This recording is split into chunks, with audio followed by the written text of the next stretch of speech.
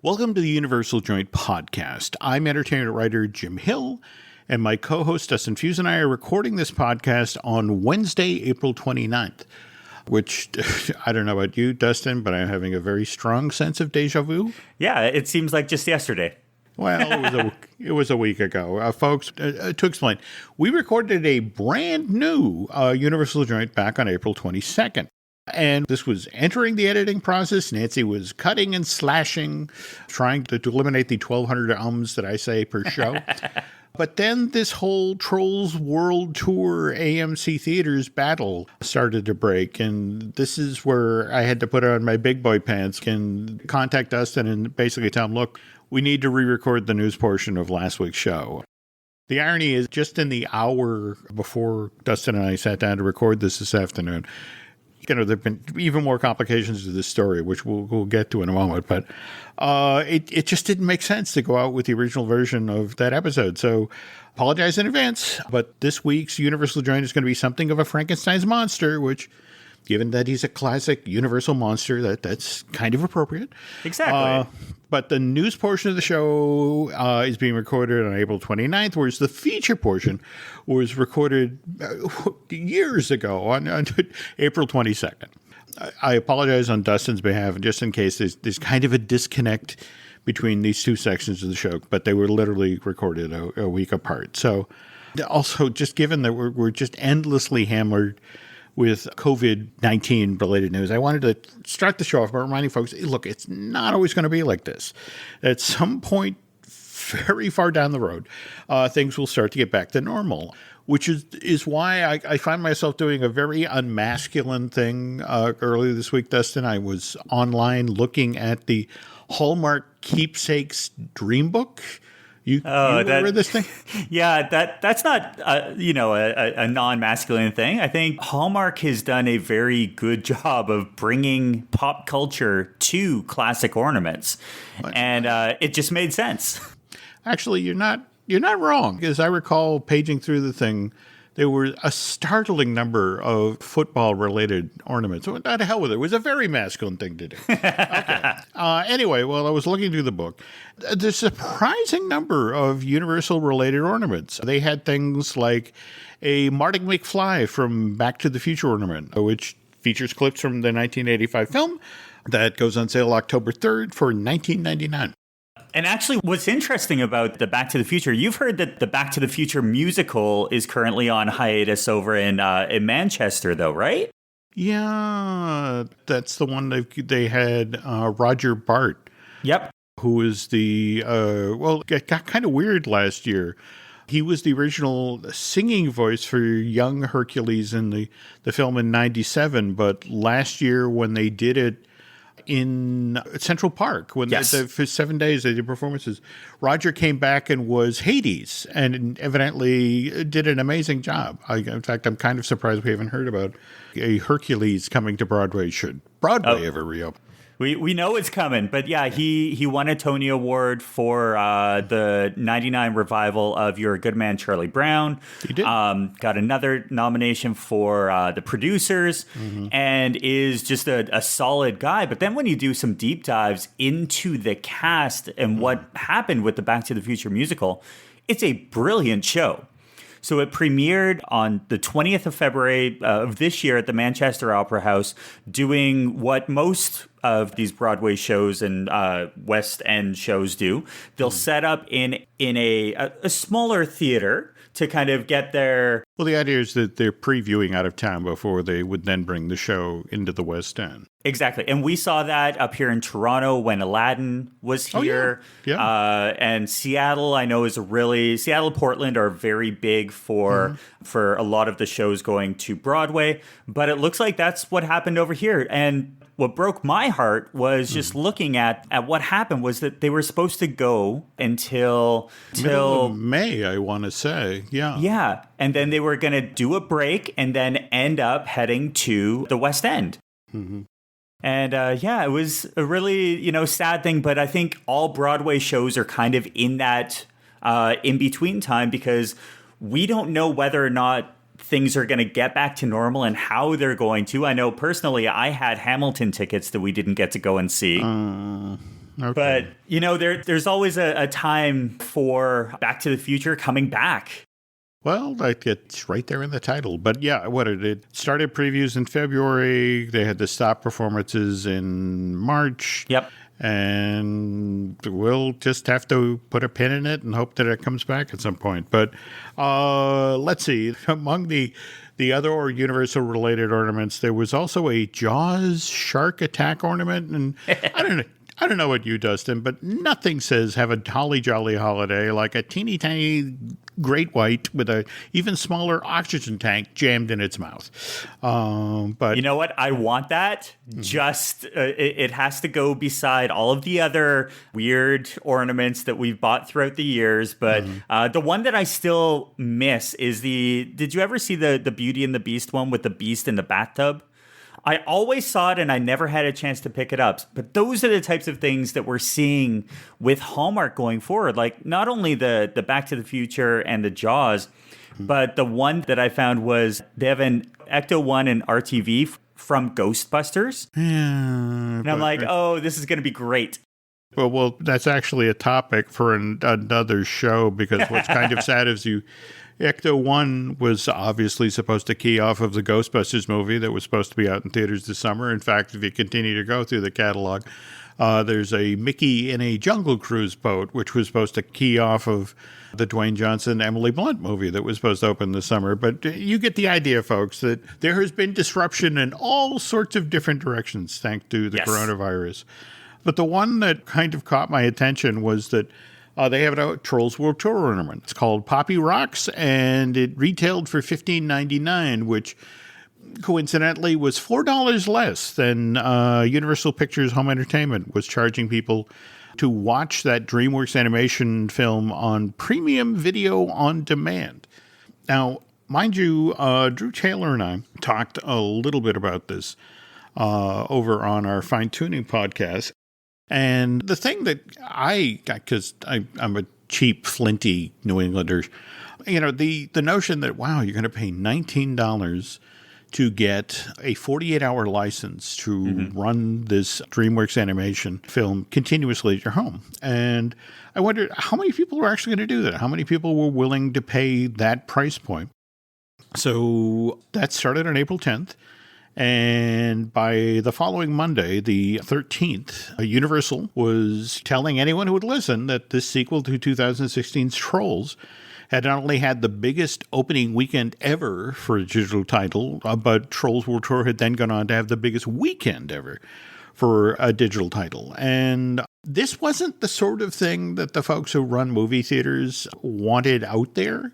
In fact, to listen to some of these folks, they blame Universal and the fact that they were talking about how well Trolls World Tour had done for Warner Brothers making the decision back on April 21st that they were going to do the same thing with Scoob. You've heard about this feature-length CG Scooby-Doo movie, right? Oh, yeah. We were talking about that, how this could possibly take Scooby-Doo and the gang into the next level, into, kids nowadays being like, hey, let's go and watch Scooby-Doo and possibly interact with them in the theme parks and how that kind of comes in.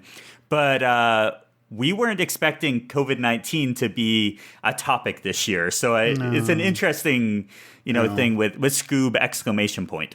Yeah. And as a direct result, Scoob, which again was supposed to be out theatrically on the 15th, is now going the same route. Yep. And what's interesting though, the little variation on it, it's the same price point as Trolls World Tour. It's $19.99 and you get that 48-hour license. But in fact, you were talking about your history with Blockbuster and the art of upselling.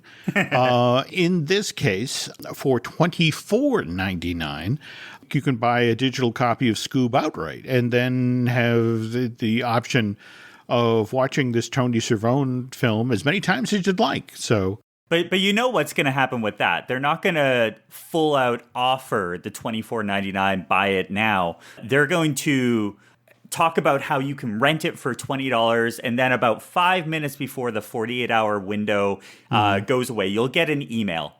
And it'll be, hey, we know you've watched it, and you've watched it again, and your kids love it. you saw how often they were sitting in front of the TV, so you had the opportunity to, I don't know, do work and live life when everyone's under the same house or same roof. For only $5 more, you could have it. Do you want it? You know you do. And that's how they're going to upsell this ability to basically keep their kids happy for a longer time. You're probably not wrong. Though I heard from other folks in the industry, one of the reasons that a lot of exhibitors were initially willing to give both Trolls World Tour and Scoob a pass was because of a lot of the cross-promotional deals that had been set up in advance, to the effect of Trolls World Tour had to deal with McDonald's to put the characters in Happy Meals. Likewise, I want to say, was it General Mills that, agreed to do the Trolls characters on cereal boxes? And if you walk into Target, there was literally a rolling display set up of Trolls dolls and games and that sort of thing. And yeah, well, they also had all the Funko Pops. They had all of the Lego. They even had, and it was something that was kind of fun for me. Do you remember the big golden book? Oh, yeah. Well, they brought out Trolls World Tour on that. So they're basically taking that next level of merchandise integrations, all the columns that go into a profitable franchise, and just go all out knowing that Trolls World Tour was coming to theaters. And before I forget, going back to the Keepsake Dream Book, they had a version of the Mystery Machine that actually features all of the bells and whistles that you see in Scoob. Oh, I want that now. Okay. But anyway, so the exhibitors understanding that all of you had this cross-promotional merch that was set up to go with the film that now couldn't arrive in theaters. It's like, okay, we'll give you a pass. That's if you want to go this premium video on demand route with Trolls World Tour and Scoob. It's like, look, we understand you have promotional partners. And it's like, okay, go ahead. But here's the thing. Just yesterday, the Wall Street Journal runs an article about Trolls World Tour, and we go from Universal not being terribly specific about how much money they made off of the sequel to 2016's Trolls to, getting granular. To be specific, first of all, there were nearly 5 million rentals of this premium video on demand title, and that the studio managed to make $95 million off of those rentals. And so to put that in perspective, Dustin, that means that Trolls World Tour in just 3 weeks' time managed to generate more revenue for Universal Pictures than the original Trolls did back in 2016 during its 5-month-long run in theaters. And here's the quote that evidently sent theater owners right over the edge. This is what Jeff Shell, the chief executive officer of NBC Universal, told the Wall Street Journal. The results of Trolls World Tour has exceeded our expectations and demonstrated the viability of premium video on demand. As soon as theaters reopen, we expect to release movies in both formats. And it was that phrase, both formats? Yep. And particularly the information, the news that Universal Pictures would now be going the premium video on demand route with The King of Staten Island. And this is Judge Apatow film. Yeah, the Judd Apatow. Judd Apatow. Because again, Rented Lips. Sorry, folks. And Pete Davidson from Saturday Night Live stars in this thing. It was originally going into theaters on June 19th. Universal has since decided that because at this point, Governor Newsom of California is still talking about theaters, particularly in that state, not opening till, phase 3? Yeah. Which could be 2021. So, the notion is, all right, we're going to go the video on demand route. And that's going to be available for purchase starting on June 12th. And literally hours after this Wall Street Journal article ran, AMC Theaters announced that once that theater chain reopened, it would no longer run any movies that Universal Pictures produced. And here is what Adam Aron, the chairman and CEO of AMC Theaters, said yesterday. Universal's unilateral actions and intentions have left us with no choice. Therefore, effective immediately, AMC will no longer play any Universal movies in any of our theaters in the United States, Europe, and the Middle East. And I want to provide some context here, folks. AMC is the largest movie exhibition company in the United States, also the largest in Europe, and the largest throughout the world with approximately 1,000 theaters and 11,000 screens across the globe that it controls. So that's going to hurt if they decide, if they're serious, if they really do opt out of screening any movies produced by Universal or its subsidiaries. That's going to have an impact on the box office of these films. And as I mentioned at the top of today's show, literally, I'm putting together the show notes that Dustin and I are going to reference as we're doing today's show. Word comes that the Cineworld Group, which owns the Regal Theater chain, by the way, the second largest theater chain in the world, and the UNIC, that's the governing body of all movie theaters in Europe, they came out to say that they supported AMC's position on this, basically, sort of inferring that they too will not do business with a movie theater that doesn't respect the theatrical release window. And now I want to double back to you working at Blockbuster, sure, Dustin, because face it, back then, this was a crucial part of the food chain for when a movie came out. Back in the day, the belief was that there was a 90-day long theatrical release window.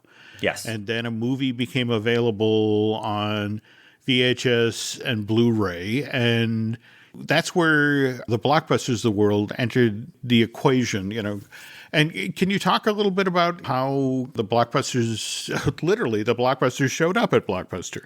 Yeah, absolutely. So you would know months in advance what the big movies were going to be. They would show up, they'd talk them up in store as well as in those magazines, and you'd be like, awesome, Harry Potter is showing up. Batman Begins, War of the Worlds, all of these huge movies would have their 1 or 2 weeks, at most it would be 3 weeks, in the main area of all Blockbusters in North America.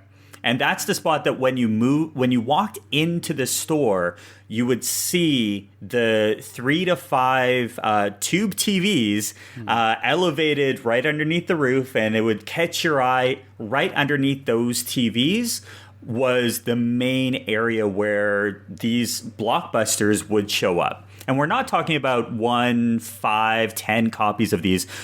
Every store would get anywhere from, 100 to maybe 300 copies of a specific title. Throughout that entire week, the main goal of everyone getting into that Blockbuster was to basically get a hold of that movie. And it was 2-day rentals. You had late fees. You had all these other things going on. But after the week or two that this main title had basically full reign over the demographics of people coming into the store, the next hottest one would come in. And after they moved, so say, for example, it was Harry Potter and the Goblet of Fire that came out in 2005. After that moved from the main area, it would go into the new release wall into something that they called loose alpha. There was 3 different alphabets going along the new release wall. This is what we had to deal with, kids, before Netflix. Mm-hmm. But after Harry Potter would go into the new release wall, they would pull approximately 20 to 30% of the title and put it previously viewed for about $16.99. Mm-hmm. Then it started its decline from $16.99 to $12.99 to $6.99, and then finally $4.99. And everyone who wanted to see it had that opportunity. Well, that's how Blockbuster made its revenue. It was all about getting as many rentals of these movies as quick as possible in order to justify them bringing in 200 or 300 copies per store. Now, a quick question here. That at the actual sales point, There were impulse items. There were candy and things like that, right? Oh, absolutely. The whole notion of upselling, that sort of thing, right? Well, and Blockbuster's labor options at that point in time, as you were running your store, it was all based around a certain number of transactional items equaled an hour of labor. So if you sold 5 items, it didn't matter whether or not it was a $35 brand new DVD, an $80 DVD set, or a $2 Coke. They all were in the same idea when you were running the stores. But yeah, all those impulse items, the sodas, the popcorn, all the ice cream, all of that was basically like, you're standing in line, excited to go home and watch this movie. Well, what do you need to watch a movie? You need your sodas and your popcorn. Well, and that actually brings me to my next point. Back when I was in college, my first year or so, I actually managed a movie theater. And I can tell you flat out, from having worked in that world, theaters don't make all that much money, if any money, off of the actual sale of tickets. It's all about the sodas, the $5 soda. They're all about that $10 bucket of popcorn. That's where that's what keeps the lights on, folks. And I understand. I understand what the folks at AMC is saying. I understand what the folks at Regal are also saying, that, their livelihood depends on defending this very model. The whole notion of there's a theatrical release window, and then, things move to Blu-ray and DVD, where once upon a time you could buy it at Blockbuster. Now you buy it at Target or wherever, or you do the video on demand. But I look ahead to 2021 and 2022. And I see 4 films that are absolute, ironclad, guaranteed billion-dollar earners. And sure. First one of those, Fast and Furious 9, which again, would have already been out in theaters if not for COVID-19, has now been pushed off to April 2nd, 2021. Jurassic World 3, which I was kind of surprised to see still has a June 11, 2021 release date, but you were mentioning that you were keeping tabs on it filming in Canada, right? Or yeah, so just like any big blockbuster, they go where the tax credits are, and part of the filming was on the west coast of Canada. So Jurassic World Dominion was started production on February 19th, and a lot of incredible backdrops for this shoot, but on March 13th of 2020, production was put on hiatus as a safety precaution for COVID-19. So they said production was expected within several weeks, and that didn't happen. But if we're talking about a film that's slated to come out in June of next year, they still have to go back and start and continue filming. Okay, that's going to bear watching. Okay, and then, of course, folks, we had Fast and Furious 10, which, by the way, if you drill down, is the initial promotion of that is they're listing it as the 10th and final film in the series. That's supposed to hit theaters also on April 2nd, but in 2022. So, And you also brought up earlier Minions 2. Yeah, so Minions is, and keep in mind the difference between a Minions and a Fast and the Furious. They can do a lot of those animation movies at home. Yeah, but that's the interesting thing with that particular Illuminations Entertainment project is when production basically got shut down and the animators dispersed, they kind of worked the math, and it's like, with people working remotely, we're just not going to make this window. So, in fact, Dustin brings up an excellent point that if you think Fast and Furious 9 arrives in theaters in April of 2020, Jurassic World 3 arrives in June of next year, and then Minions 2, The Rise of Gru, that's July. Yeah. And it's like, you have $3 billion earners coming from Universal during that time. And now we have AMC Theaters, who just 2 weeks ago was teetering on the edge of bankruptcy. They recently did a debt offering that raised $500 million, which helped them with liquidity. But this is a company that's still saddled with $4.5 billion in debt.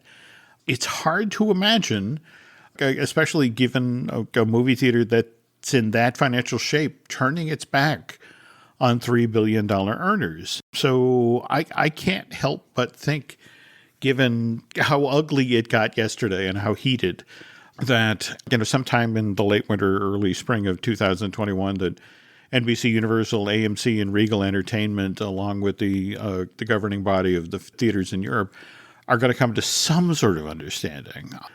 But here's the thing, Dustin. NBC CEO Jeff Shell has been pushing for a shortening of the theatrical window since 2016. His argument is that, in today's world, the notion that every film needs a 90-day long theatrical release window is ridiculous. That yes, look, a blockbuster, a Jurassic World 3, that makes sense.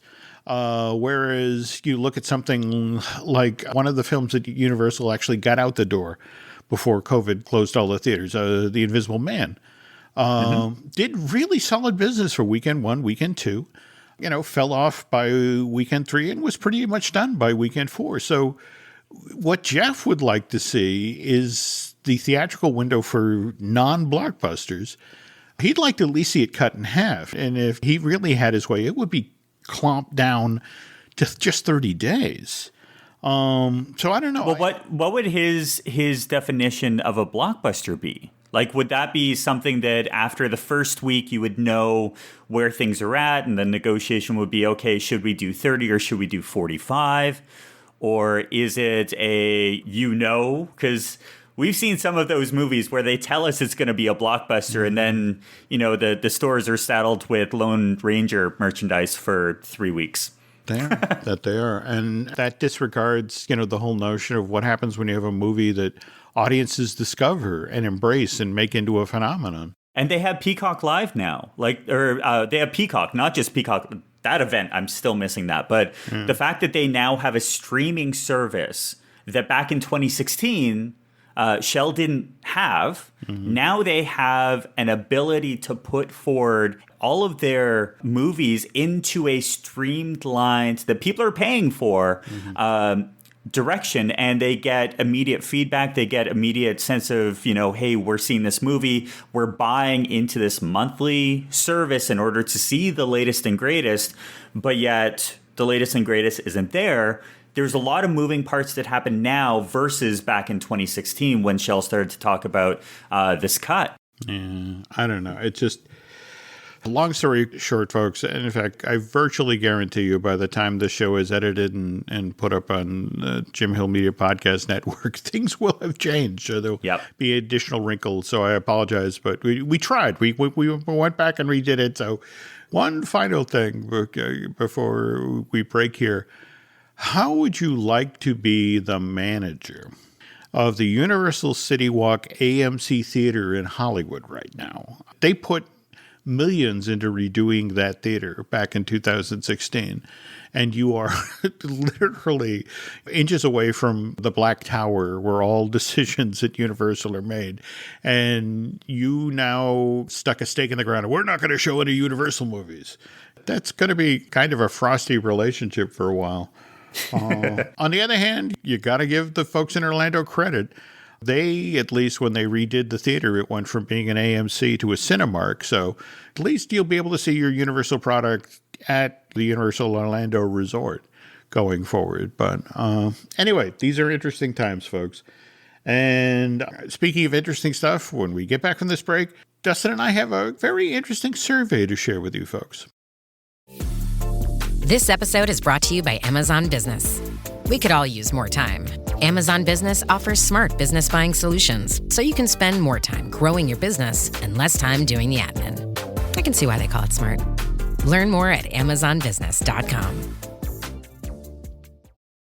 This podcast is brought to you by Carvana.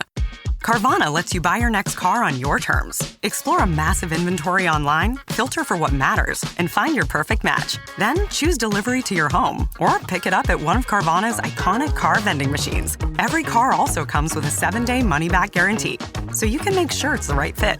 Buy your car on Carvana. Delivery or pickup fees may apply. Limitations and exclusions may apply. See our 7-day return policy at Carvana.com. Carvana. And we're back. Do you want to talk about Whoville? It's our buddy BioReconstruct, right? Again, who shared this. Yeah, absolutely. It was a very interesting piece of news that came out. Apparently, what's gone on is the Grinch set from Universal Hollywood, which appeared at Universal Hollywood back in 2000 when the film was just released, and it was The Grinch starring Jim Carrey. That was put onto the backlot, and it's been a part of the tour ever since. Well, during this helicopter trip over Southern California theme parks, they kind of figured out that it wasn't there anymore. And when you do the deep dive, when you look in, it's not just, oh, there's trailers and that kind of, no, it's gone. It's gone. Now, it makes sense because over the last couple of years, there's been structural integrity because it was a film set. It wasn't designed to stand up to 2 decades worth of, weather and constant use. So I don't know what's going to end up happening, but the fact that it is no longer there was a pretty big news item because it was such an iconic piece of the Backlot Express or Backlot Tour. Well, also, forgive me, I probably know entirely too much about this Jim Carrey movie, but a lot of the sets to get that shape and that look were carved foam. Mm-hmm. They had to be light enough to be able and still have enough structural integrity to hold those Dr. Seuss-like shapes. And what's been kind of interesting is for a number of years now, especially during the holiday season, on the tram tour, that this was a featured attraction. They would actually stop in front of the Whoville and they'd have a bunch of Who's and the Grinch do like a 2-minute long musical vignette, and then move to the next part of the tour so the next tram could come in. Mm-hmm. So going to be kind of interesting to see what happens with this year's Hula Days in Hollywood. I mean, they're clearly investing in it. That just this past year they did that giant new wonky Christmas tree with its amazing lighting package. So yep. It's not like Universal isn't investing in a Grinch-based Christmas. Yeah, but definitely if you want to see a great, it's a helicopter view of SoCal theme parks, go over and definitely check out Mika Muzio did a YouTube video that actually did a helicopter view. It's like 10 minutes long. They go from one theme park to another and definitely check it out because it gives you not only some really interesting construction views of certain things being built at Universal Studios Hollywood, wink, wink, nudge, nudge, Nintendo, but they also do a really good job of just giving you different angles that you wouldn't really see over that theme park because it's always a bustle of activity. So definitely check that out. Okay. All right. So we talked at length about potentially how, Universal, the theme park, is going to operate as we're actively dealing with the coronavirus. Mm-hmm. We talked about the daily operations. We didn't necessarily touch on what happens with, after hours hard tickets like Halloween Horror Nights. And, that's an entirely different set of operational concerns. Because face it. Can you imagine social distancing in a land of zombies and killer clowns? Yeah. Or for that matter, how do you pulse people through a house? Pandemic in real life. There's that board game series, the Pandemic ones. We haven't had the courage to play it. It's a little bit too soon. No, I understand that, but it's worth noting here that while we're talking about Halloween Horror Nights, that another survey was just sent out by the Universal Orlando Resort, and I guess to properly set the stage here, face it, Universal makes money hand over fist off of a Halloween Horror Night every year. In fact, there was so many people looking forward to this fall because it was going to be the 30th and which characters are coming back and which houses are going to pay tribute to and that sort of thing. And I won't lie to you, I think there were lots of folks in the industry, Disney included, who just sort of look at Halloween Horror Night and envy that. But conversely, Universal looks at Disney with envy because they can actually do two after-hour ticket events at the Magic Kingdom. They can do Mickey's Not So Scary, which, does decent business. Sure. But it doesn't do Halloween Horror Night business. But it also does Mickey's Very Merry. And so there's been this thought at Universal to the effect of, we have our Not So Scary. What's our equivalent to a Very Merry? And we've seen events like the Harry Potter celebration, Mardi Gras, the like. But those, again, are during the day and are included with park admission. And they'd really like another one like Halloween Horror Night, which is why what's fascinating about this survey. Okay, here's how it starts out, folks. Imagine that Universal Orlando were to host a month-long event that was similar in execution to Halloween Horror Nights, but would feature popular stories from science fiction, fantasy, anime, and gaming. At this event, you step inside houses or multi-rooms where each of these things, the science fiction, fantasy, anime, and the like, each of these houses will tell a different story set in those worlds. Some of the stories will be familiar ones, and some of them would be unique creations from the Universal Orlando creative team. And as you mentioned, the zombies, the streets of the park would be transformed to include decor, character interactions, and other activities themed, related to the theme of the event. And with the price point being similar to Halloween Horror Night admissions. And so they then ask, which IPs would you most want to experience as a scenic walkthrough through a multi-room set with character interaction? And again, I've broken them down into gaming, characters and such from television, and then anime, or television film. So let's start out with the television to film. They start off with Back to the Future. So it's like Marty and Doc, it would be great to see them again. Sure. Doc's already in the park, though. I don't entirely get that, but okay. We have Black Mirror, our age's response to Twilight Zone. Doctor Who. As soon as I saw this, it's like, okay, I want to go in a TARDIS. I want to go someplace. I want them to pull off the it's bigger in the inside thing. Yep. On the other hand, Fantastic Beasts, I've kind of heard from folks at Universal that they want to put a Fantastic Beasts element into this event just to sort of gauge interest.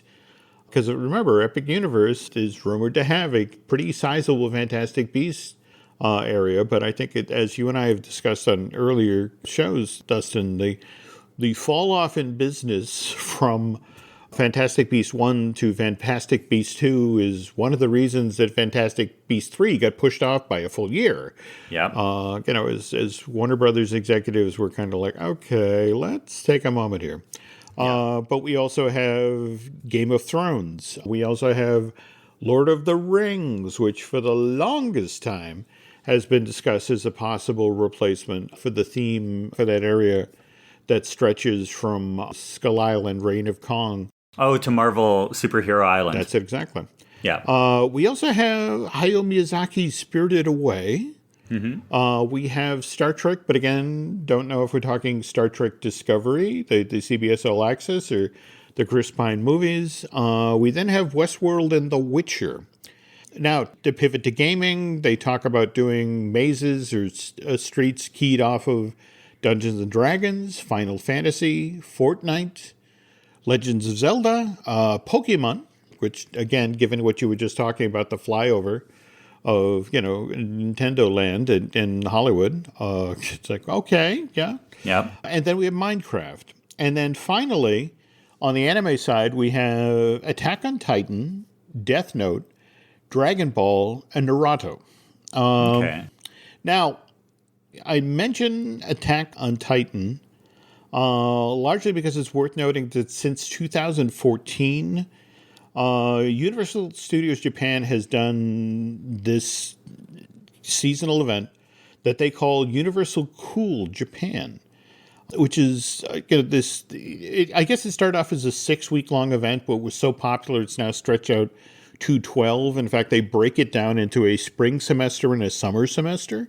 But it's this event that celebrates iconic Japanese entertainment. And among the IPs that Universal Cool has touched on over the past 6 years, well, first of all, is Attack on Titan, then Biohazard, Godzilla, Lupin the Third, Monster Hunter, and again, Final Fantasy, and Sailor Moon.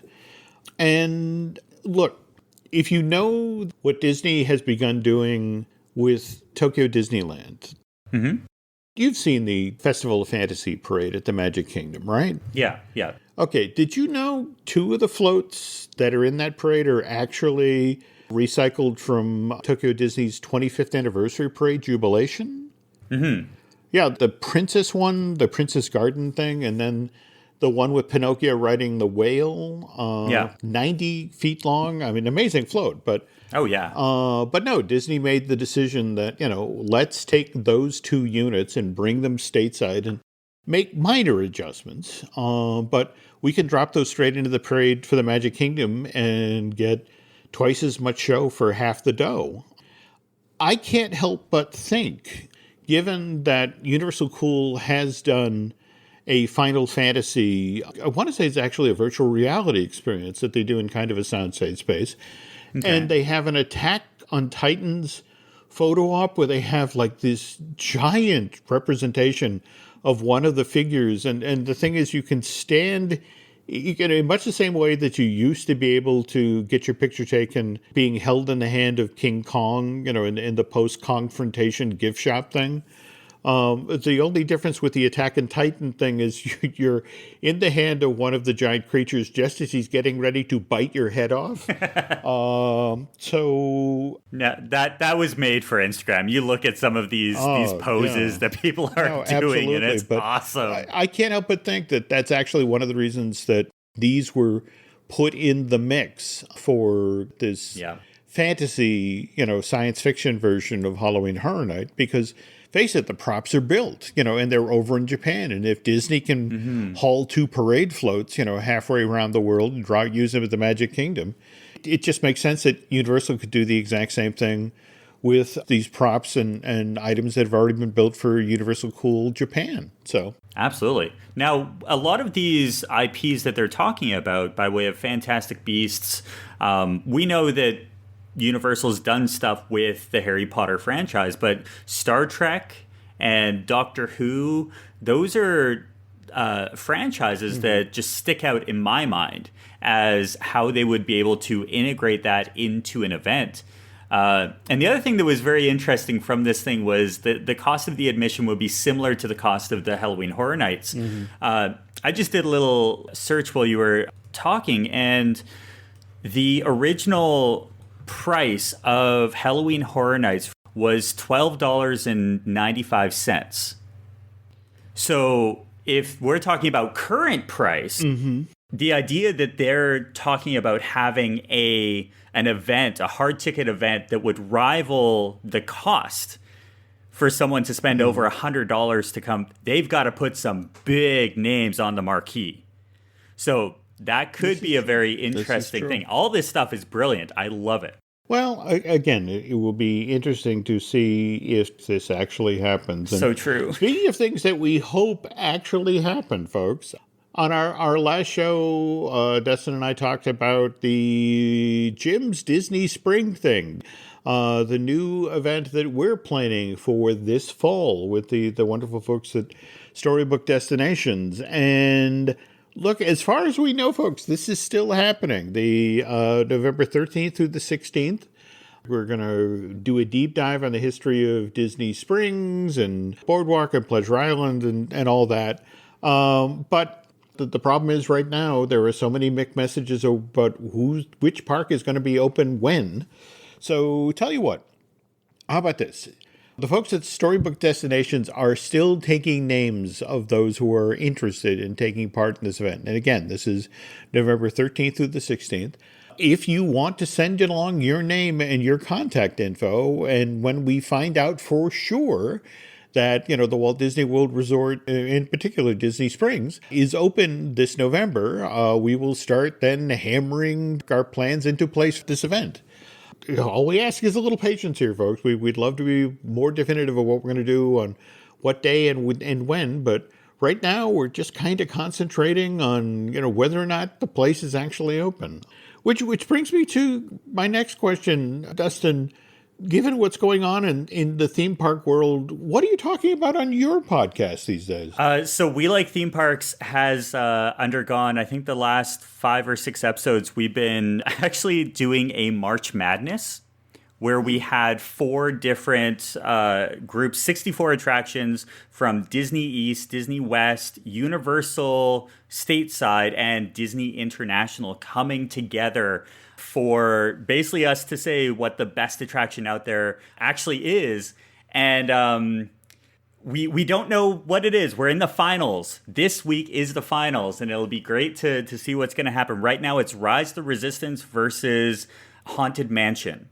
And Haunted Mansion in the last round basically just destroyed Hagrid's.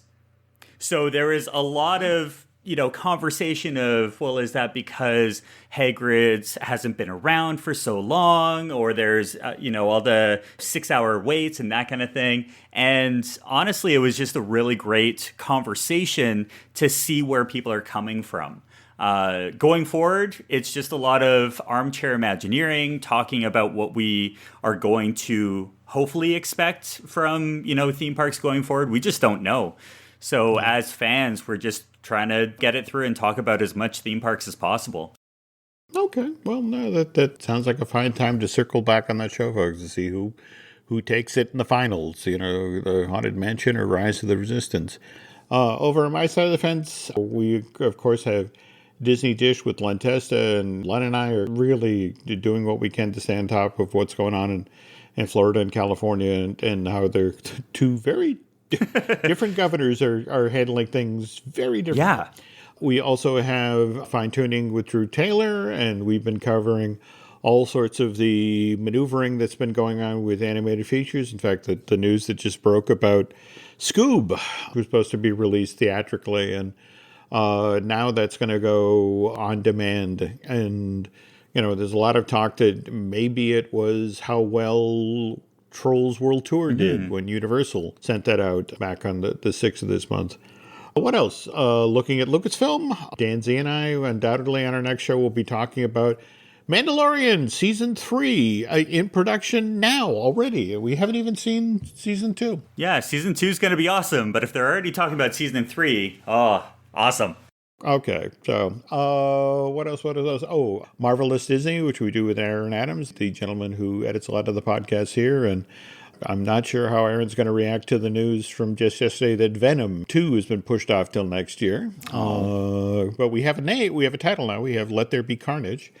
And finally, we have the I Want That podcast with Michelle Valladolid, which we're hopefully recording a new episode of this weekend. And it's all about the fact that you can't get into a Disney store right now, and how you can fill that need or get that fixed. It's a lot of online Googling, being like, okay, who's doing free shipping, who has the exclusive stuff. And we all need a little bit more theme park and Universal, Disney, everything in our lives. So, that's free shipping. It's interesting you bring that up, because I can't share the name of a themed entertainment veteran who I was talking with just last night about this. But it's like, I asked flat out, are you kind of concerned the park's going to be closed, for so long? And he's like, look, I can go to YouTube right now. Mm-hmm. And I can watch people who at home are recreating their favorite attractions because they're that desperate for our product that they made their own version at home. And then I can look at the tens of thousands, or if not hundreds of thousands of views. Yeah. And it's just the whole notion of like, look, people clearly are still hungry for what we do, the sort of things we build. Well, and on the Universal Orlando Resort YouTube page over the last week or so, they've been putting out the science of attractions. Mm-hmm. And so they've done Skull Island, Reign of Kong, Jurassic Park, Transformers, Hollywood Rip Ride and Rocket, and Revenge of the Mummy.